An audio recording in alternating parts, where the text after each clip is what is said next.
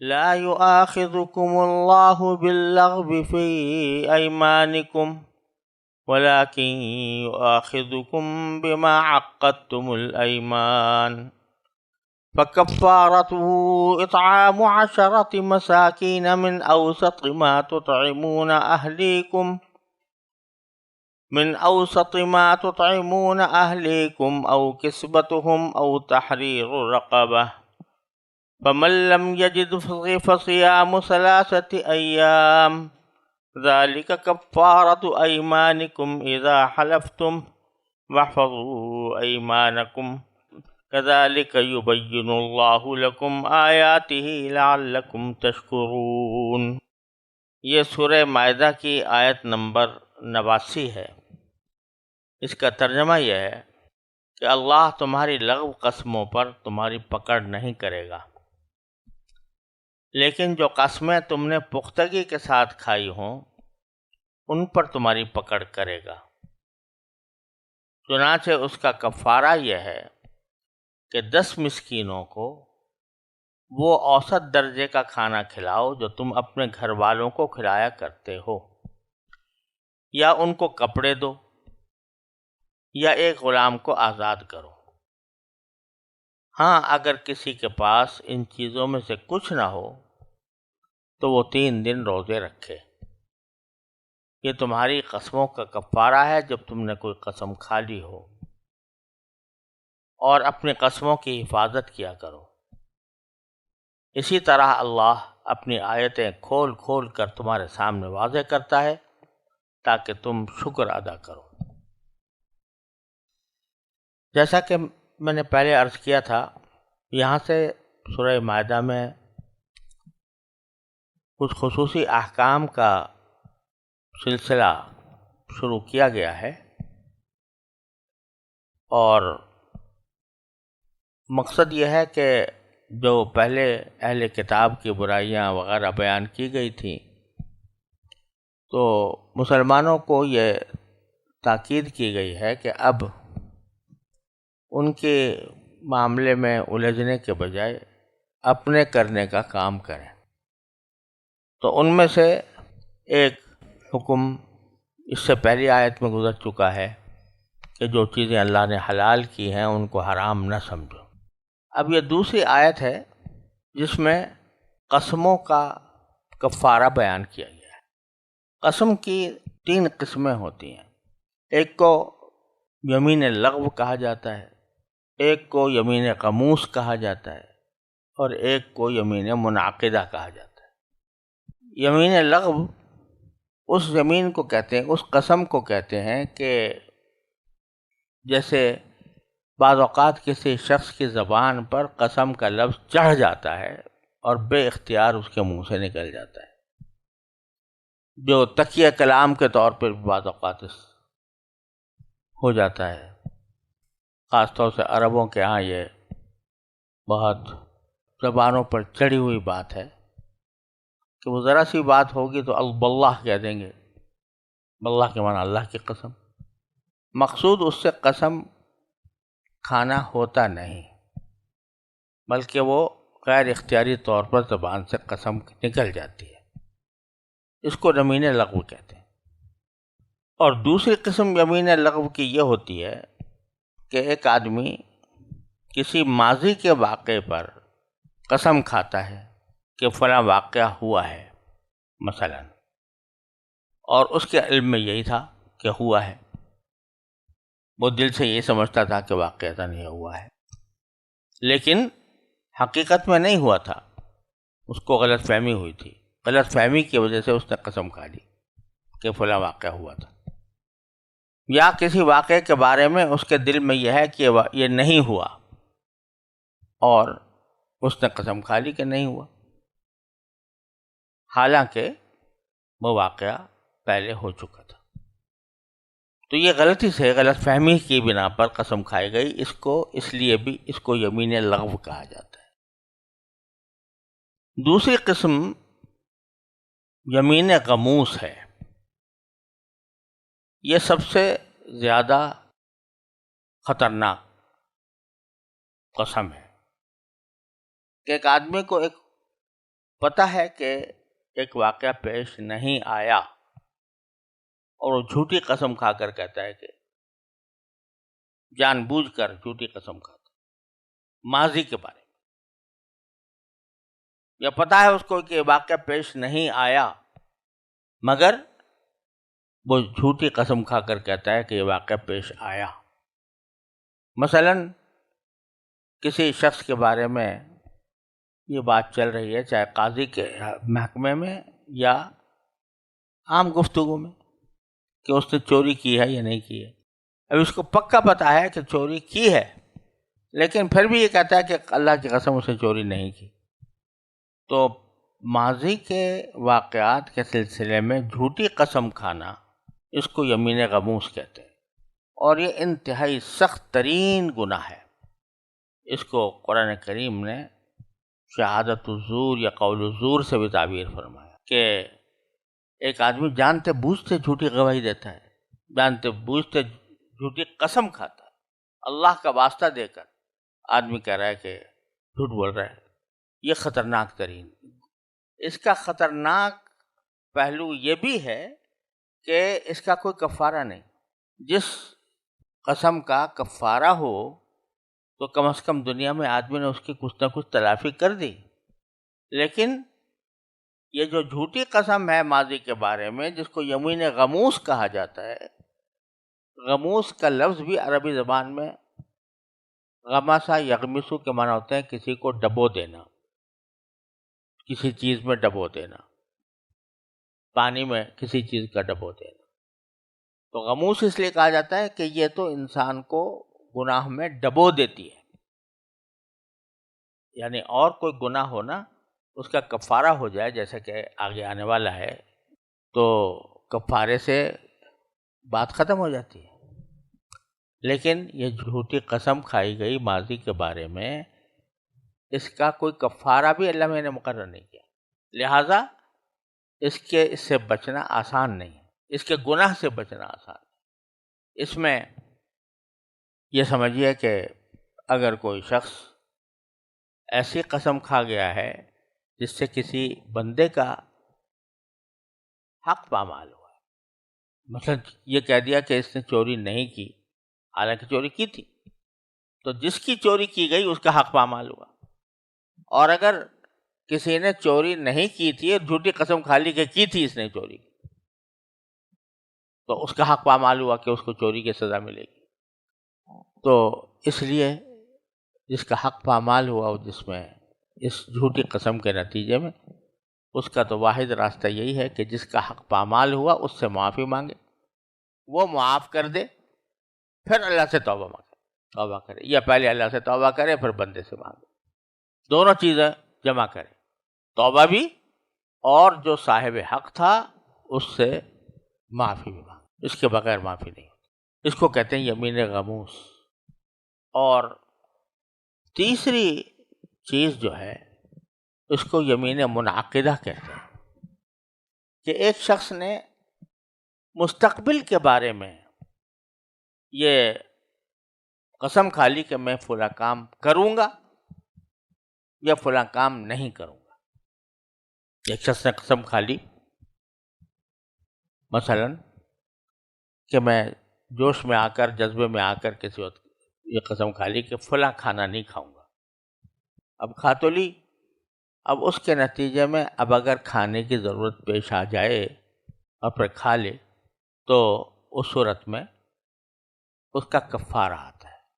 وہ کفارہ قرآن کریم نے یہاں پر بیان فرمایا، یعنی کسی ایسی چیز پر آئندہ قسم کھا لینا کہ میں یہ کام کروں گا یا نہیں کروں گا، اور پھر اس کی مخالفت کرنا، اس کے نتیجے میں کفارہ آتا ہے۔ کفارہ یہاں پر قرآن کریم نے واضح الفاظ میں بتا دیا کہ یا تو 10 مسکین، پہلی بات جو ہے سب سے پہلے وہ ہے کہ 10 مسکینوں کا یا تو کھانا کھلائے، کھانا بھی اس طرح کا اوسط درجے کا جیسا اپنے گھر والوں کو کھلاتے ہو، اور اس کا مطلب یہ ہے کہ کسی مسکین کو 2 وقت پیٹ بھر کر کھانا کھلا دے، اسی اوسط درجے کا جیسا تم کھاتے ہو۔ ایک تو صورت یہ ہے کفارے کی۔ دوسری اس میں ایک اختیار یہ بھی ہے کہ 10 مسکینوں کو کپڑا پہنا دے جس میں قمیص اور شلوار ہو یا تہبند ہو، تو 10 مسکینوں کا کپڑا۔ تیسرا ہے اختیار یہ کہ کسی غلام کو آزاد کر، کوئی تمہارے پاس غلام ہو اور اس کو آزاد کر دو۔ آج کل تو غلام موجود نہیں رہے، شرعی غلام، لہذا اس پر عمل تقریباً ناممکن ہو گیا ہے۔ پھر یہ فرمایا کہ جو ان چیزوں کی استطاعت نہ رکھے، یعنی نہ 10 مسکینوں کو کھانا کھلا سکتا ہے، بیچارہ وہ خود ہی مسکین ہے تو وہ کیا کھلائے گا 10 کو، یا نہ وہ کپڑے پہنا سکتا ہے، اور نہ کوئی غلام کا مالک ہے، جیسے کہ آج کل کوئی بھی نہیں ہوتا تو وہ اس کو آزاد بھی نہیں کر سکتا، تو پھر آخری درجے میں کفارہ یہ ہے کہ 3 دن کے روزے رکھے۔ اس طرح چنانچہ باری تعالیٰ فرماتے ہیں کہ کفارتہ اطعام 10 مساکین، اس کا کفارہ ہے 10 مسکینوں کو کھانا کھلانا، من اوسط ما تطعمون اہلیکم، جو کھانا تم اپنے گھر والوں کو کھلاتے ہو ان کا اوسط درجے کا کھانا، او کسوتہم، یا ان کا لباس، او تحریر رقبہ، یا غلام کی آزادی۔ فمن لم یجد، پھر جو کوئی ان چیزوں کو نہ پائے تو فصیام 3 ایام، تو 3 دن کے روزے رکھے۔ ذالک کفارۃ ایمانکم اذا حلفتم، یہ تمہاری قسموں کا کفارہ ہے جب کہ تم نے قسم کھا لی ہو۔ واحفظوا ایمانکم، اور اپنی قسموں کی حفاظت کیا، یعنی 2 باتیں اس میں فرمائی، حفاظت کیا کرو کہ بھائی یہ قسم کھانے کی ضرورت ہی کیا ہے کہ میں یہ کام نہیں کروں گا، قسم کھاتے کیوں؟ تو بہت ہی ناگزیر ضرورت کے بغیر قسم نہیں کھانی چاہیے، ایک تو حفاظت کا۔ دوسرا مطلب یہ ہے کہ قسم جب کھا لی تو حتی الامکان اس کو پورا کرنا چاہیے، یہ قسم کی حفاظت ہے، اس کے ذریعے اس کو آدمی کو چاہیے کہ جو قسم کھا لی ہے پوری کرے اس کو۔ لیکن اس میں تھوڑی سی تفصیل ہے، وہ تفصیل یہ ہے کہ اگر کسی اچھے کام کی قسم کھائی ہے کہ میں روزہ رکھوں گا یا 10 نفلیں پڑھوں گا مثلا، یا عمرہ کروں گا، تو اس صورت میں تو اچھے کام کی تکمیل یہ قسم کا ایک بہت بڑا تقاضا ہے، اس کی حفاظت کرنے کے معنی یہ ہے کہ اس کو پورا کرو۔ اور دوسری قسم یہ ہے کہ اس میں نہ کوئی نیکی کا کام ہے نہ کوئی بدی کا کام ہے، مباح ہے، اس کو آپ نے اپنے اوپر قسم کے ذریعے واجب کر لیا، مباح کام کو واجب کر لیا، تو اس کی بھی پابندی کرنی چاہیے۔ کیوں؟ اس لیے کہ اس میں تم نے وقت جعلتم اللہ علیکم کفیلا، دوسری جگہ سورہ نحل میں اللہ تعالیٰ نے فرمایا کہ تم نے اللہ ذمہ دار بنا لیا، اللہ کا نام لے کر اس کو پورا کرو۔ مثلا کوئی شخص یہ کہے کہ میں فلاں اپنے دوست کے استقبال کے لیے ایئرپورٹ جاؤں گا، مثال کے طور پر قسم کھا لی اور نہیں جاتا، تو یہ اللہ تعالیٰ کے نام کی بے حرمتی ہے، لہذا اس کی حفاظت کرنا ضرور۔ حفاظت کے یہ معنی کہ قسم کی پابندی کرو، یہ اس صورت میں ہے جب کہ آدمی نے یا تو نیک کام کی قسم کھائی ہو یا کسی مباح کام کی قسم کھائی۔ لیکن اگر کسی ایسے کام کی قسم کھا لی جو ناجائز ہے، والعیاذ باللہ، قسم کھا لی کہ میں اپنی ماں کی شکل نہیں دیکھوں گا مثال کے طور پر، یہ تو گناہ ہے، اس کی قسم کھائی، یا کوئی اور ایسی قسم کھا لی کہ جس میں کسی گناہ کا ارتکاب لازم آتا، قسم کھا لی کہ میں جا کے فلاں کو تھپڑ ماروں گا اور اس بیچارے نے کچھ قصور نہیں کیا، یعنی تھپڑ تمہارے نہیں مارا، تمہیں تھپڑ مارنا جائز نہیں ہے اس کے، لیکن تم نے قسم کھا لی کہ جا کر ماروں، تو تو ایک گناہ کی قسم کھائی. تو گناہ کی قسم کھائی ہو یا کسی ایسے عمل کی قسم کھائی ہو جس کا نہ کرنا چاہیے، جو شرعاً نہ کرنا چاہیے، چاہے وہ حرام ہو یا گناہ ہو یا مکروہ ہو، یا تمہاری رائے تبدیل ہو جائے بعد میں، مباح کام تھا لیکن بعد میں رائے تبدیل ہو جائے، اندازہ ہوا کہ اس مباح کام میں خیر نہیں ہے، تو ان سب صورتوں میں آدمی کے لیے قسم توڑنا واجب ہو جاتا ہے. اس میں رسول کریم صلی اللہ علیہ وسلم کا ارشاد مروی ہے، یعنی اگر گناہ کی قسم کھائی ہے تو توڑنا واجب ہے، کفارہ ادا کرے، توڑے اور کفارہ ادا کرے. اور اگر جس بات پر قسم کھائی ہے وہ گناہ نہیں ہے لیکن مباحات میں سے ہے، اور ان مباحات میں سے بعد میں اس کی رائے یہ ہو رہی ہے کہ کرنا مناسب نہیں ہے، چاہے گناہ نہ ہو، تو دونوں صورتوں کے بارے میں نبی کریم صلی اللہ علیہ وسلم کا ارشاد یہ ہے کہ اگر تم میں سے کسی نے کوئی قسم کھا لی، بعد میں سوچا کہ تمہاری اس کی رائے ہوئی کہ نہیں اس پر عمل نہیں کرنا چاہیے، تو اس کو چاہیے کہ وہ قسم توڑ دے اور کفارہ ادا کرے. تو یہ سب صورتیں اس میں داخل ہیں کفارے میں. تو یہ جو بعض اوقات ذہن میں خیال پیدا ہو جاتا ہے کہ میں نے نادانی میں ایک قسم کھا لی ہے اور اب اس کا میں کیا کروں، تو اس کا جواب خود رسول کریم صلی اللہ علیہ وسلم نے دے دیا کہ قسم توڑو اور کفارہ ادا کرو. یہاں ایک بات اور سمجھنے کی ضرورت ہے، وہ یہ ہے کہ یہی تقریباً قسم کھانے کے سلسلے میں اسی قسم کی ایک آیت سورہ بقرہ میں گزری ہے. سورہ بقرہ کی آیت نمبر 225 ہے کہ لا یؤاخذکم اللہ باللغو فی ایمانکم ولکن یؤاخذکم بما کسبت قلوبکم واللہ غفور حلیم. وہاں کفارہ بیان نہیں کیا گیا، لیکن دو قسمیں پھر بھی بیان فرمائی گئی ہیں. ایک لغو کے بارے میں وہی الفاظ ہیں جو یہاں پر ہیں، لا یؤاخذکم اللہ باللغو فی ایمانکم، اور اگلا جو جملہ ہے اس میں فرق ہے. وہاں ہے کہ لا یؤاخذکم بما کسبت قلوبکم، اور یہاں ہے لا یؤاخذکم بما عقدتم الایمان. تو صورتحال یہ ہے کہ اس جگہ پر یعنی سورہ بقرہ میں قسم کھانے میں یہ بیان کرنا مقصود ہے کہ کون سی قسم پر گناہ ہوتا ہے، کون سی پر گناہ نہیں ہوتا، یہ بیان کرنا مقصود. وہاں کفارے کا اس لیے ذکر نہیں آیا، صرف گناہ ہونے کی بات ہے. تو ما کسبت قلوبکم یعنی جس کا ہم نے ترجمہ یہ کیا تھا کہ تم نے اپنے دلوں کے ارادے سے کھائی ہو، تو اس سے مراد یمین غموس ہے. یعنی ماضی پر تم نے اگر کوئی ایسی غلط قسم کھا لی جو واقعے کے خلاف ہے تو اس پر اللہ گرفت کرے گا. تو وہاں بیان کرنا یہ مقصود ہے کہ کون سی قسم پر گرفت ہے، کون سی قسم پر گرفت نہیں ہے. لغو کے بارے میں یہ فرما دیا کہ گرفت نہیں ہے، اس کے اوپر گرفت نہیں ہے، کیونکہ جھوٹ نہیں بولا تم نے، غلط فہمی میں ایک بات کہہ دی. اور جو غموس ہے اس کا یعنی جو جھوٹی قسم ماضی کے بارے میں کہی گئی ہے جان بوجھ کر، اس پر تم سے مواخذہ ہوگا.